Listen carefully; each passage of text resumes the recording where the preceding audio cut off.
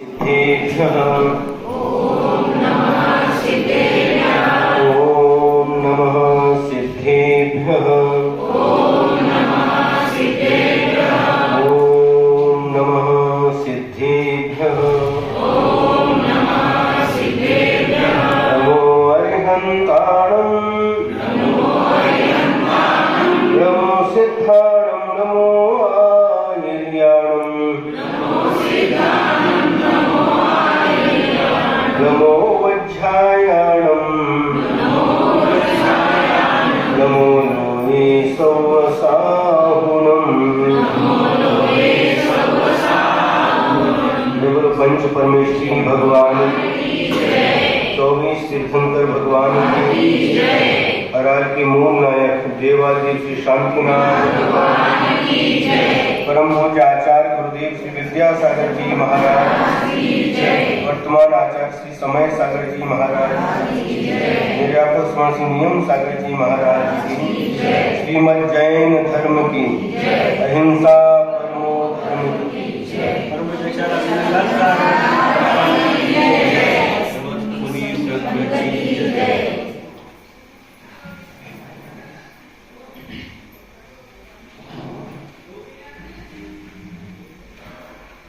एक प्रसंग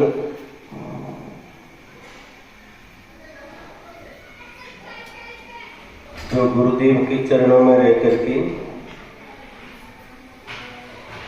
घटित हुआ था,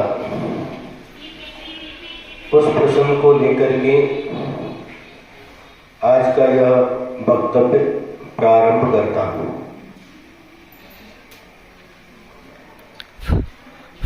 यह बात लगभग 20 वर्ष पुरानी होगी। आचार्य का बिहार चल रहा था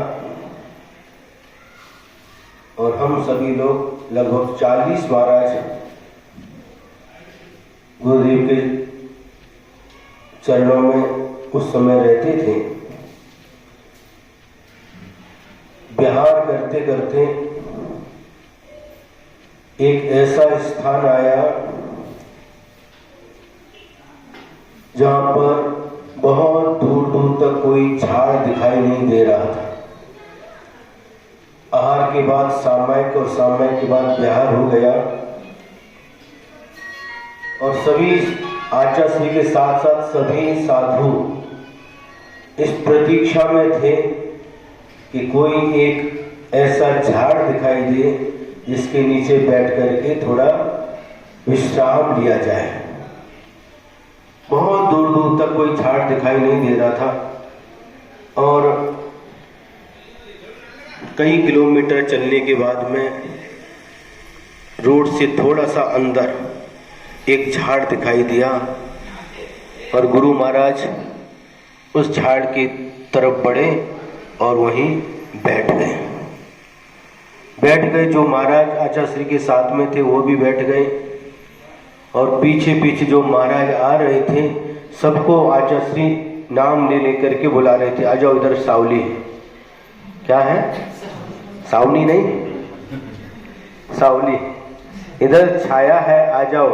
सभी को आवाज दे दे करके बुला रहे थे और सब आते जा रहे थे और उसी एक झाड़ की छाया में धीरे धीरे करके 40 महाराज बैठ गए।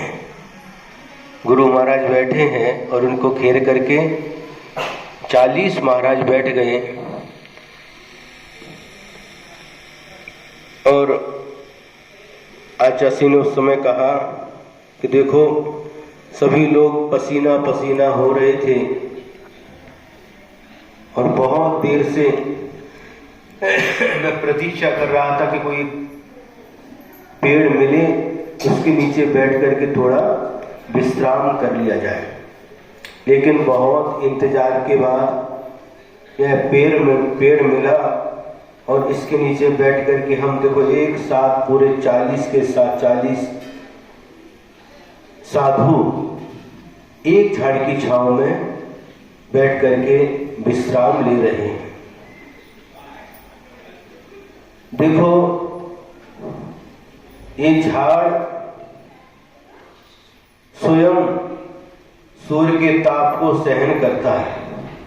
सूर्य की जो किरणें होती हैं, जो गर्मी होती है, उसको सहन करता है, लेकिन इसके नीचे जो जाता है उसके लिए छाया प्रदान करता है।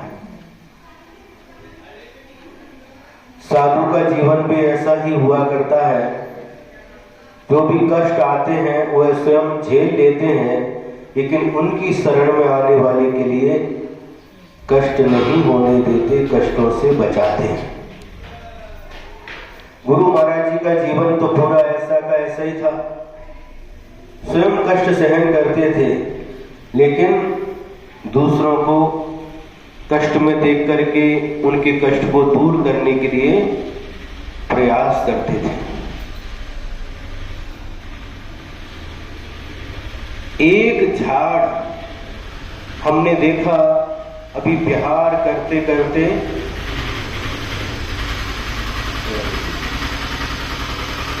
चैनगांव से बिहार किया, एक पटगड़ी गांव लगभग 1.5 किलोमीटर रोड से अंदर था और इधर सीधा पानगनेर गांव आना था। लेकिन वो लोग बहुत निवेदन कर रहे थे, 6-7 घर थे। महाराज कभी कोई महाराज नहीं आते हमारे गांव में, हमने कभी अपने गांव में महाराज को नहीं देखा, आप पांव तो लगा दो। ठीक है। और 1.5 किलोमीटर लगभग अंदर गए। इस पानगनेर गांव में आहार करना है, कल पानगनेर गांव जाएंगे, तो रात्रि में वहीं पर मुकाम हो गए। सभी घर के 6-7 घर के लोग आए नहीं और बहुत निवेदन कर रहे थे, महाराज जी कम से कम आहार दान का भी लाभ हमको मिले, लेकिन समय कम होने के कारण से हमके ये तो अभी संभव नहीं है। अभी मुकाम यहाँ होगा, आरती भक्ति जो भी आपको लाभ लेना ले लीजिए। तो वहां पर एक छत पर बैठे थे, शाम का दृश्य था, अंधकार होने को था और उसी समय लगभग 6 बजे की बात होगी, देखा बाजू में ही एक बहुत बड़ा झाड़ था और सफेद कलर के पक्षी उड़ उड़ करके आ रहे थे। चारों तरफ से, इधर से आए 10 की टोली आई, आगे कुछ झाड़ के उड़ बैठ गए। इधर से 5 आए, उधर से 6 आए, इधर से 10 आए और लगभग 10 मिनट के अंदर पूरा झाड़ पक्षियों से भर गया। उसके हरे हरे पत्ते जो थे वो दिखाई नहीं दे रहे, पांडरे पांडरे दिखाई दे रहे थे। इतने सारे सैकड़ों की संख्या में वह पक्षी आकर के बैठ गए। तो जिनका घर था उनसे हमने पूछा कि भैया ऐसा रोज होता है? हाँ महाराज रोज होता है। सुबह होते ही ये सब पक्षी उड़ जाते हैं, वृक्ष खाली हो जाता है और शाम होते ही अंधकार होने से पहले सभी पक्षी उड़ करके आकर के रात भर इसी पेड़ पर रहते हैं, रात को कोई उड़ता नहीं। सुने? और कुछ खाते नहीं, खाना पीना सब बंद, रात्रि भोजन नहीं करते पक्षी। सुने कि नहीं? शाम को आकर के बैठे तो सुबह ही उड़ेंगे, उसके बाद ही दाना पानी की खोज की चालू होती। इसी प्रकार हमने देखा था कुंडलपुर में गर्मी के समय हम लोग बाहर परिसर था वहां पर रहते थे। वहां पर माकड़, काले मुंह के बहुत बंदर थे, वो सब दौड़ करके आते थे और रात भर पेड़ के ऊपर रहते थे और सुबह होते ही निकल जाते थे। रात में वो भी कुछ खाते पीते नहीं और हम लोग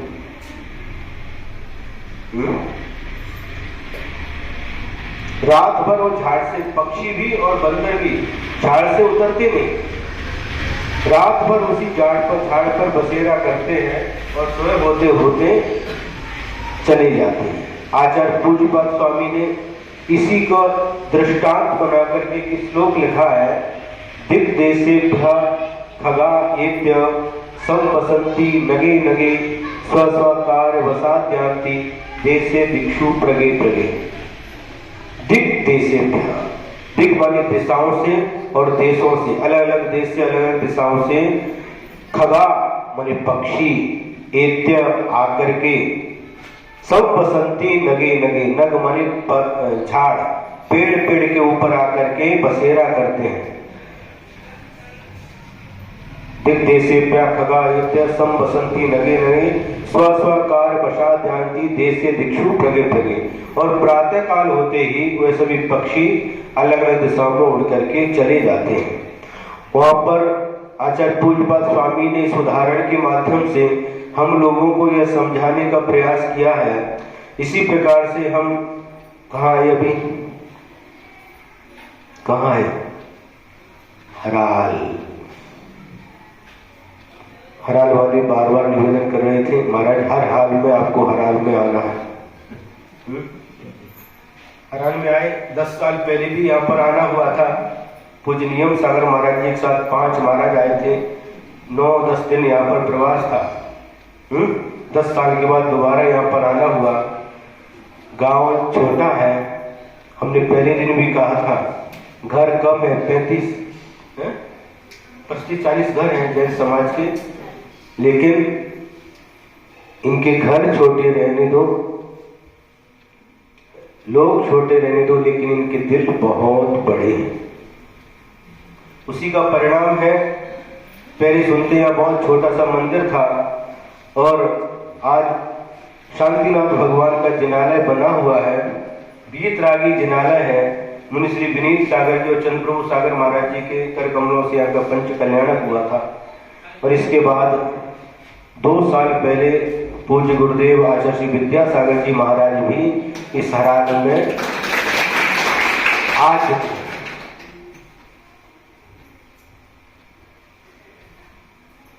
तो दोबारा आना हुआ है। इनकी मांग तो बहुत लंबी थी। चातुर्मास के लिए भी जब नांदेड़ में थे तो चातुर्मास के लिए भी निवेदन करने के लिए आए थे, लेकिन जिन जिन ने निवेदन किया हमने प्रयास यही किया कि जितने भले ही 1 घर रहने दो, 2 घर रहने, जिसने भी निवेदन किया उनके गांव में हम जाकर के आए।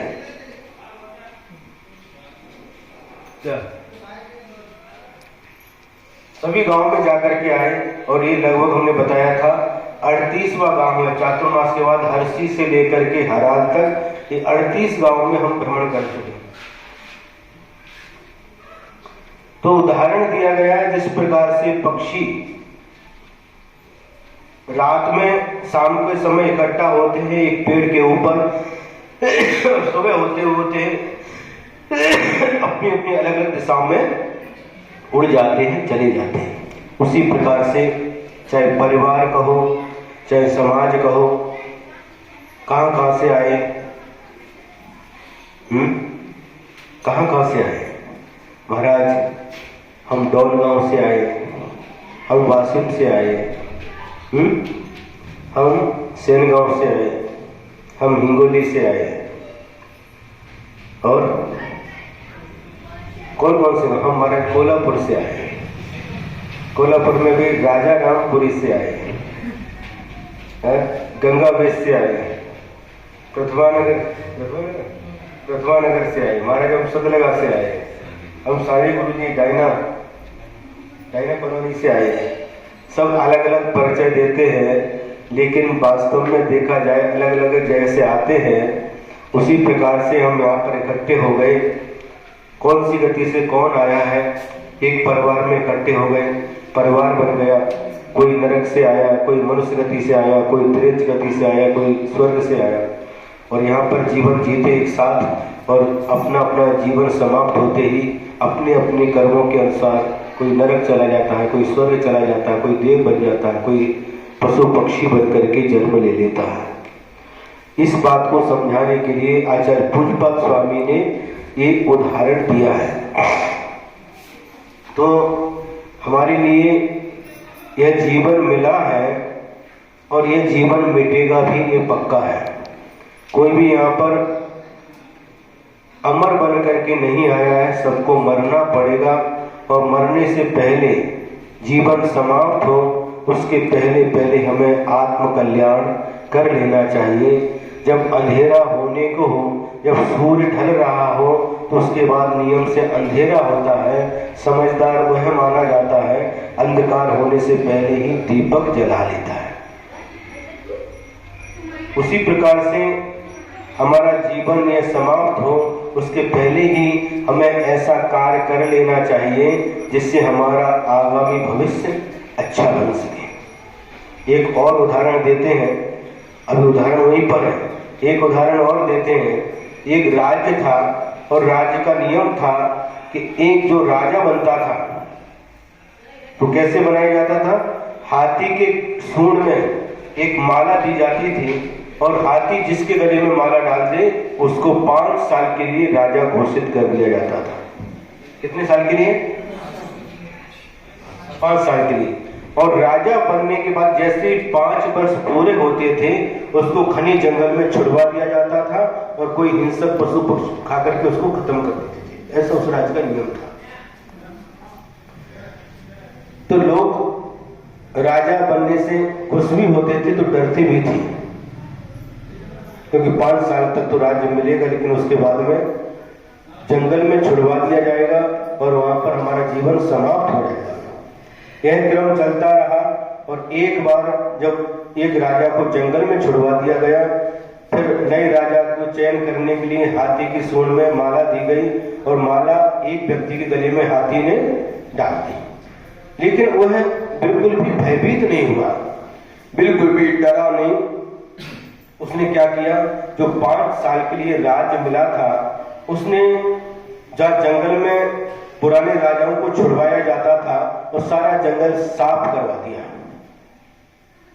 क्या? जो भी जंगल था उसको पूरा जंगल साफ करवा दिया और वहां पर एक महल बनवा करके तैयार कर लिया और यहाँ पर आराम से राज्य करता रहा। जब 5 वर्ष पूरे हो गए उसको जंगल में छुड़वाया गया। तो जंगल कहाँ है? महल है। महल में जाकर के जीवन भर आनंद के साथ उसने व्यतीत किया। उसी प्रकार से हमारा और आपका जीवन है। आगे भविष्य में हमें दुर्गति ना हो इसलिए ऐसा महल बना करके तैयार कर लेना चाहिए जिससे आगामी जीवन हमारा अच्छा हो। पुण्य ऐसा कमाना चाहिए जिससे हमारा भविष्य अच्छा हो। हमें नरक और तिरंज गतियों के दुखों से बचना चाहिए।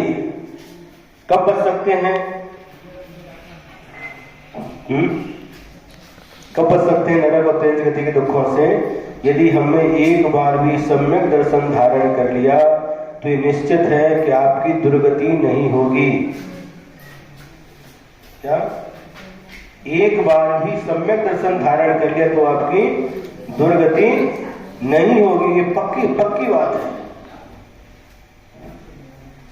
कुछ भी नहीं करना, आपको दृढ़ श्रद्धा रखना है खरे देव, खरे शास्त्र और खरे गुरु के ऊपर। इससे क्या होगा?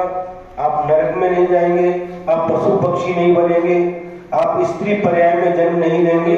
भले ही यहाँ पर स्त्री पर्याय है लेकिन एक बार सम्यक दर्शन धारण कर लिया तो मरने के बाद नियम से आपको पुरुष पर्याय प्राप्त होगी, नपुंसक पर्याय प्राप्त नहीं होगी, निर्धन नहीं बनेंगे, दरिद्री नहीं बनेंगे, विकलांग नहीं बनेंगे। कितने बेनिफिट है देखो। फिर भी हम क्या करते हैं? डरते हैं। क्यों डरते हैं? महाराज पहिले पासून आमचे पंजोबा, आमचे आजोबा, आमचे वडील सब यही करते आए। आमची पंजी, आजी, आई सब यही करते आए, इसलिए डरते हैं। हराम के लोग नहीं डरते। ये सबसे अच्छा काम हुआ है। यहाँ पर वीतरागी जिनालय है। महाराष्ट्र और कर्नाटक में बहुत कम ऐसे स्थान मिलते हैं यहाँ पर वीतरागी जिनालय होता है। पहले यहाँ पर भी कुछ था लेकिन बाद में लोगों ने अच्छा निर्णय लिया और इस नवीन जिनालय को वीतरागी बनाया है। उसी प्रकार से सेनगांव में भी वीतरागी जिनालय है, शायद पानकनेर गांव में भी वीतरागी जिनालय था। तो ऐसे जिनालय के दर्शन महाराष्ट्र कर्नाटक में बहुत कम होते हैं। और हराल वाले ऐसे हैं कि निरंतर सानिध्य मिलता रहता है, गुरु जी की कृपा बरसती रहती है। साधु संघ यहाँ पर आते जाते रहते हैं। और तो एक बार सम्यक दर्शन धारण कर लिया तो नियम से दुर्गति नहीं होगी। ये दुर्गति से बचना है तो कितना सस्ता और सरल उपाय है, मिथ्यात्व का त्याग करना, सम्यक दर्शन धारण करना। और सम्यक दर्शन धारण किया है, इसके आगे और एक कदम बढ़ाना, प्रतिमा धारण करना। 2-3 है इस गांव में प्रतिमाधारी।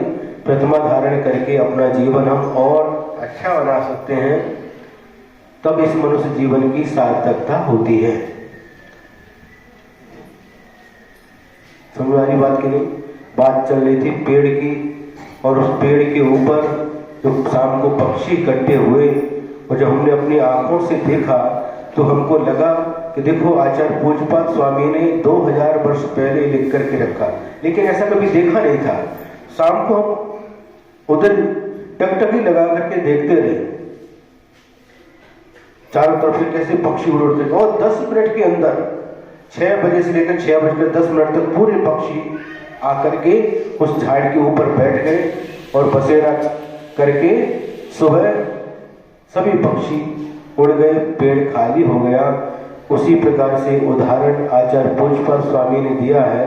हम लोग का भी ऐसा ही सहयोग है, हम आकर के इकट्ठे हो जाते हैं और जैसे जैसे जिसका आयु कर्म समाप्त हो जाता है, आयु कर्म समाप्त होते होते हम अपने अपने कर्म के अनुसार अलग अलग गति में जाकर के चले जाते हैं। तो जब तक ये जीवन मिला है, जीवन जब तक है तब तक इसका सदुपयोग कर लेना चाहिए। क्षण भर का भी भरोसा नहीं है। हम बड़े बड़े सपने संजोते हैं, बड़ी बड़ी योजना बनाते हैं, लेकिन कल का पता नहीं। कल का कल क्या होगा उसका कोई भी पता नहीं है। लेकिन हम ऐसी योजना बनाते हैं जैसे हम अमर बन करके आए हैं, इसके बाद ये करेंगे, 10 साल के बाद ये करेंगे, 5 साल के बाद ये करेंगे, फिर इधर घूमने जाएंगे, उधर घूमने जाएंगे। योजना बनाते रहते हैं। योजना बनाना तो अच्छी योजना बनाया करो। क्या योजना बनाना है तो अच्छी योजना बनाओ, तीर्थ यात्रा की योजना बनाओ, है तीर्थ वंदना की योजना बनाओ, गुरु दर्शन की योजना बनाओ। तो ये योजना आपके पुण्य कर्म के लिए कारण बनती है, और जो दूसरी योजना बनाते रहते हैं उससे पाप का ही अर्जन होता रहता है।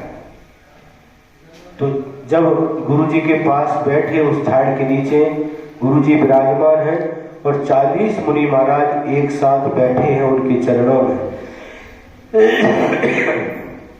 बहुत आनंद आ रहा था, क्योंकि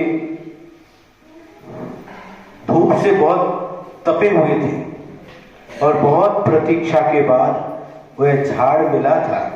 गुरु जी ने कहा कि देखो, जिस प्रकार से हम धूप से परेशान थे, इस झाड़ के नीचे आए हैं और हम लोग शांति से बैठे हैं और आराम से चैन की सांस ले रहे हैं, इस एक झाड़ के नीचे आकर के हमको कितनी शांति मिल रही है।